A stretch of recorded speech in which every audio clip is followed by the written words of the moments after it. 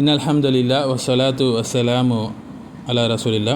அன்புள்ள சகோதரர்களே, இதுவரையில் 5 சிலுவை யுத்தங்கள் நம்ம பார்த்துருக்குறோம், அதனுடைய படிப்பினைகளும். இன்றைக்கி 6வது சிலுவை போரை பற்றி நம்ம பார்க்க இருக்கிறோம் இன்ஷா அல்லாஹ். இந்த 6வது சிலுவை போர் பார்த்திங்கன்னா 1228 வாக்கிலிருந்து 1229 வாக்கு வரைக்கும் நடந்தது. ஸோ 6வது சிலுவை யுத்தம் 5வது சிலுவை யுத்தத்தோட முடிவு அப்படின்னு சொல்லலாம், அதனுடைய போஸ்ட் எஃபெக்ட்ஸ்ன்னு சொல்லி. ஸோ அய்யூபிய சிற்றரசுடைய ஆட்சி நிலவிய எகிப்தில் இவ்வாறு உள்நாட்டு பூசல்கள் வெடித்திருந்த வேளையில் ஜெர்மனியுடைய பேரரசன் 2ஆம் ஃபெட்ரிக் என்று சொல்லப்படக்கூடியவன் காமிலுடன் செய்து கொண்ட ஒப்பந்தம் முடிவுறக்கூடிய காலம் நெருங்கி கொண்டிருந்தது. ஸோ அதனால் அப்போது போப்பரசராக இருந்த 9ஆம் கிரிகரி ஹிஜ்ரி 628, அதாவது கிபி 1227 புதிய சிலுவை போருக்கு ஏற்பாடு செய்யும் முகமாக இங்கிலாந்துக்கும் ஃப்ரான்ஸுக்கும் தனது தூதர்களை அனுப்பினான். ஆனால் அந்த நாட்டு அரசர்கள் போப்பரசரின் வேண்டுகோளுக்கு இணக்கம் தெரிவிக்கலை. ஸோ இந்த கட்டத்தில் தான் காமில் டமாஸ்கஸ் நகரை முற்றுகையிட்டிருந்த சமயத்தில் பெரும் படையோடு வந்த ஜெர்மனியின் பேரரசன் 2ஆம் ஃபெட்ரிக் ஹிஜ்ரி 629, அதாவது கிபி 1228 சிரியாவில் தரையிறங்கினான். குறைந்த படையுடன் சிரியாவுக்குள் கால் பதித்த இவன் சிறு மோதல் நடவடிக்கையில் கூட இறங்காமல் தனது இலக்கை அடைய நடவடிக்கை எடுத்தான். அய்யூபிய ஆட்சியாளர் அல் மலிக்குல் காமிலின் ஆட்சியில் பல உள்நாட்டு குழப்பங்கள் காலப்பட்டதுனால மோதலில் ஈடுபட காமிலும் விரும்பலை. ஸோ இந்த நிலையில் விளங்கி கொண்ட ஜெர்மனிய பேரரசன் பைத்துல் முகத்தஸை ஒப்படைப்பது சம்பந்தமான பேச்சுவார்த்தை நடத்துறதுக்கு தூது ஒன்றை அனுப்பினான்.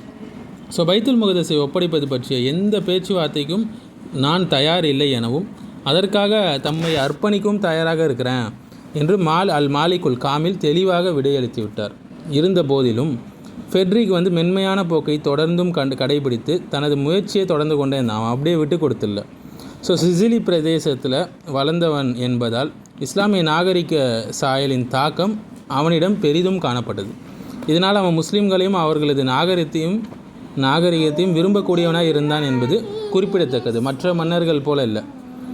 இது ஒரு புறம் இருக்க, மாலிக்குல் காமில் பொதுவாகவே யுத்தத்தை விரும்பாத சகிப்புத்தன்மையுடைய இயல்புடையவனாக இருந்தான். எனவே இவனை எதிர்ப்பது தன்னால் முடியாத காரியம் என்று எண்ணிய காமில் பைத்துல் முகத்தஸ் சம்பந்தமாக முஸ்லிம்களும் கிறிஸ்தவர்களும் விரும்பக்கூடிய வகையில் ஒரு உடன்படிக்கைக்கு வர விரும்பினான். 2 வார காலம் பேச்சுவார்த்தை நடந்தது. ஜெர்மனிய பேரரசன் ஃப்ரெட்ரிக்கோடு சமாதான உடன்படிக்கை செய்து கொண்டார். கிபி 1229 பூர்ணமடைந்த இந்த ஒப்பந்தம் ஜாஃபா ஒப்பந்தம் என்று அழைக்கப்படுது பிரபலமாக. சுமார் 10 வருட காலம் கொண்ட இந்த ஒப்பந்தத்தின்படி ஜெர்மனி அரசன் ஜெருசலேம், பெத்லஹேம், நஸ்ரத் ஆகிய நகரங்களையும் ஜாஃபா முதல் ஏக்கர் வரையிலான நகரங்களையும் சமாதானமான முறையிலேயே பெற்றுக்கொண்டான். ஸோ முஸ்லீம்கள் தனது சமயத்தை பின்பற்றவும் ஜெருசலத்தில் உள்ள மஸ்ஜிதுல் உமர் பள்ளிவாசலை தமது பொறுப்பில் வைத்துக்கொள்ளவும் அனுமதிக்கப்பட்டனர். இது பற்றிய உடன்படிக்கை நிபந்தனை பின்வருமாறு என்னன்னு பார்த்தீங்கன்னா, பைத்துல் முகத்தஸ் இருக்கும் அமைப்பில் அப்படியே இருக்க வேண்டும். ஏற்பட்டுள்ள சேதங்கள் எதுவும் திருத்தப்படவோ புனர் நிர்மாணம் செய்யப்படவோ கூடாது. அதன் சுவர்கள் அப்படியே இருக்க வேண்டும். குதுஸ் பிரதேசத்தில் இருக்கக்கூடிய ஏனைய கிராமங்கள் அனைத்தும் முஸ்லீம்களுடைய அதிகாரத்தின் கீழ் தான் இருக்க வேண்டுமே தவிர பிரெஞ்சுக்காரர்களுக்கு அவங்களுடைய அதிகாரம் கொடுக்கப்படக்கூடாது. அந்த பிரதேசத்தில் இருக்கக்கூடிய குப்பதுஸ் சஹரா, மஸ்ஜிதுல் அக்ஸா என்பன முஸ்லீம்களுடைய கையிலேயே இருக்கணும். அவைகளை தரிசிப்பதுக்காக மட்டுமே சிலுவை வீரர்கள் நுழைய வேண்டும். அவைகளை முஸ்லீம்களே பராமரித்து கவனித்து வருவாங்க. அந்த பள்ளிகளில் பாங்கு, தொழுகை என்பன நடைபெறும். அது மட்டும் இல்லாமல் 2 தரப்பினராரும் பிடித்து வைக்கப்பட்டிருக்கக்கூடிய கைதிகளும் விடுதலை செய்யப்பட்டாங்க. ஸோ ஃப்ரெட்ரிக்கோடைய இலகுவான இந்த வெற்றியை கேள்வியுற்ற முஸ்லீம் உலகு மிகுந்த வேதனையுற்றது, ரொம்ப கவலைக்கு உள்ளாயிட்டாங்க. பைத்துல் முகத்தஸ் அமைந்துள்ள ஜெருசலேம் கை நழுவியதை கண்டு முஸ்லீம்கள் அழுதனர். காமிலின் அமீர்கள் கூட அவரை கடிந்து கொண்டாங்க, திட்டினாங்க. சுல்தான் சலாஹுதீனால் மிகவும் கஷ்டப்பட்டு மீட்டெடுக்கப்பட்ட நகரங்களை எல்லாம் இலகுவாக இழந்து விட்டோமே என்று அவங்க சொன்னபோது, பாழடைந்த கோயில்களையும் வீடுகளையுமே கொடுத்தேன், பைத்துல் முகத்தஸ் அதன் நிலையிலேயே உள்ளது என அவர் சமாதானம் சொல்லி தமக்கு எதிராக எந்த எதிர்ப்புகளையும் சமாளிச்சிட்டார். ஸோ மறுபுறமாக வாள் மூலம் சம்பாதிக்காத வெற்றியே கிடையாது என்று கருதி கொண்டிருந்த கிறிஸ்தவர்களும் ஃபெட்ரிக்கின் வெற்றியை வரவேற்கலை. முஸ்லீம்கள் தமது மதத்தை கடைபிடிக்கவும் அவங்களுடைய புண்ணிய இடங்களை தமது கட்டுப்பாட்டில் வைத்திருக்கவும் அனுமதித்த மன்னனை ஏசினார்கள். ஸோ எதிர்ப்புகள் இருந்தாலும் துணிவோடு நகரில் நுழைந்த ஃப்ரெட்ரிக் ஜெருசலேத்துடைய மன்னனாக முடிசூடினான்.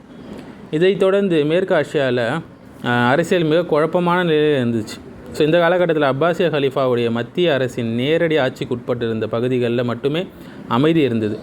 ஸோ ஏனைய பிரதேசங்கள்லாம் குழப்பங்களும் அரசியல் பிரச்சனைகளுமே தலை தூக்கி இருந்தது. இக்கட்டத்தில் இஸ்லாமிய வரலாற்றிலே மிக துயரம் வாய்ந்த சம்பவமான மங்கோலியர்களுடைய படையெடுப்பு நிகழ்ந்தது. ஸோ மங்கோலியர்களுடைய படையெடுப்பு காலம் பார்த்திங்கன்னா, அவங்களுடைய படையெடுப்புகளால் எகிப்தின் முஸ்லீம் சிற்றரசான ஐயூபிய இளவரசர்களுக்கு உள்ள ஏற்பட்ட பூசல்களாலும் முஸ்லீம் ராஜ்யம் மெல்ல மெல்ல வீக்காகிட்டே இருந்தது. மலிகுல் காமிலின் மரணத்தை தொடர்ந்து ஹிஜ்ரி 629, அதாவது கிபி 1229 ஐயூபிய ஆட்சி பீடமேறிய மாலிகுல் சாலிஹ் ஐயூபிய அரசுக்கு ஏற்பட்டிருந்த உள்வீட்டு பிரச்சனைகள் உள்பூசல்களை தீர்த்து வைத்ததோடு ஹிஜ்ரி 642, அதாவது கிபி 1244 ஜெருசலேத்தையும் மீட்டெடுத்தார்.